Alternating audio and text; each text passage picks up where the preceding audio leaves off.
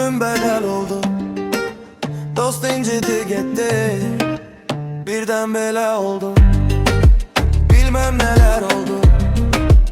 Ömrüm bedel oldu, birden bela oldu. Dost incidi gitti. Ah, bağlı game'im tersim, geçirem yeni bir dersim. Ne düzü ne de ki tersi, everywhere impressive. İhtimal bu kadar, fikirler o kadar. Festival sonrası belveder, dumanım ağırdı məstədir. Sonu da yok bu mövzuların, hərəyə bir dənə mövzu var. Hərənin özünə göre bir qələmi, hərənin özünün kağızı var. Ayağım ara başım ora, gecəni gündüzə qarışıram. Bu gece gəlirəm yeni bir fikirə, sabah o fikirdən daşınıram.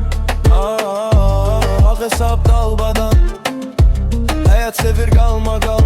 Zamana çalışmak tapmacadır, hamımız ölürük tapmadan.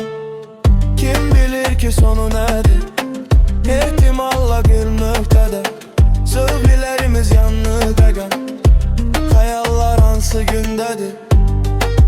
Bilmem neler oldu, ömrüm bedel oldu. Dost incidi gitti, birden bela